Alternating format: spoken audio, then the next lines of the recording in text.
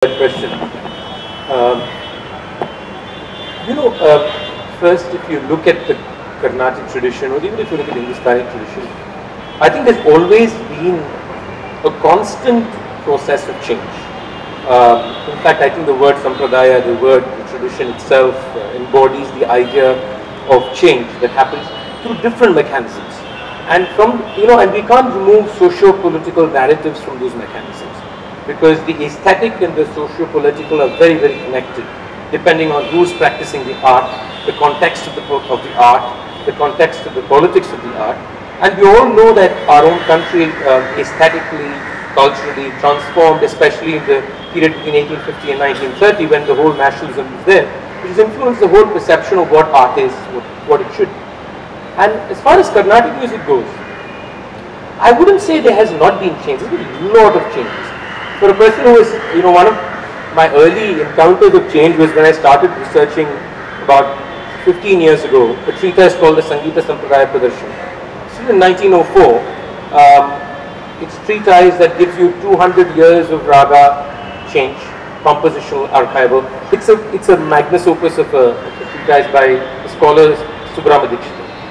And my first encounter with it was to learn a composition from its notation. It was one of the first times that Carnatic music was notated, not just in terms of sargam, but in terms of trying to give markings for every gamaka movement there is. It was a path-breaking idea.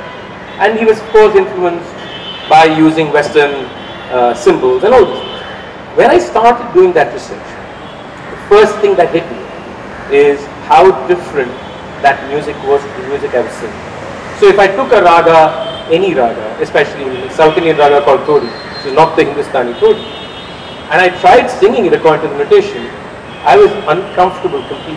I in fact thought it sounded horrible, to be very honest. So the fact is, aesthetic movements, and aesthetic not as a casual term that means that it's pretty and it's beautiful and it's nice to the ear, but aesthetic as a structural, as a compositional idea, has always happened in art. So Carnatic music has had the same kind of changes that has happened in Hindustani music, whether it's the sound of the music. The sound that you hear as Carnatic music today is only about 80 years old. That sound that you hear is only about 80 years old. So if you listen to older recordings, it's a very different sound.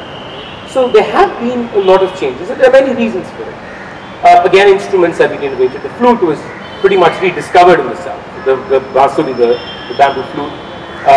The Nagaswara was rediscovered. So a lot of changes have happened, and a lot of things happen. But, and I'm going to add a but here because that's also part of what I've said in my book, I have to recognize that there are certain things that have not been investigated. One of the main areas where there has been no investigation is in the area of what does it mean to present this art. And though in Hindustani music there's been changes, I will actually reflect the same question in Hindustani music also. I will, because I think that it has a context there also, and I'm sure Aneesh will agree with me. But as far as Carnatic music goes, the tradition that you hear, the performance that you hear today, is again about 80 years old. And it's very closely knit to the idea of urbanization, of the music coming to the city, coming to Chennai, of the idea that people want to display this art form as much as Western classical music. So you had a proscenium stage, you had people buying tickets, you had an audience like all of them here today. So the whole concept of space, the concept of an audience, the concept of what it means to present art completely changed. In a way, it became a product for a market. And then comes in the complications that happens with an idea of the market itself, which is as relevant to a market concept that we battle today. So one of the problems that I have, and I've in a way discussed it and argued it in my book, is the experience of the performance the experience of the art? Or is the experience of the performance negating the experience of the art itself? And when I say that, I'm talking about the aesthetic body that it is in the micro and the macro. And I do believe that in many areas it requires a serious rethinking on what we think is the aesthetic experience of the art. So though there have been changes, and there's been constant, there have been musicians with new styles, new interpretations, they have somehow got back into this mold for one basic reason, that this mold was saleable. this sold and this got people to the theatre.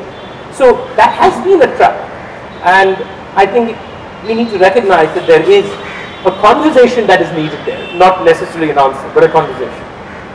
Now, Aneesh,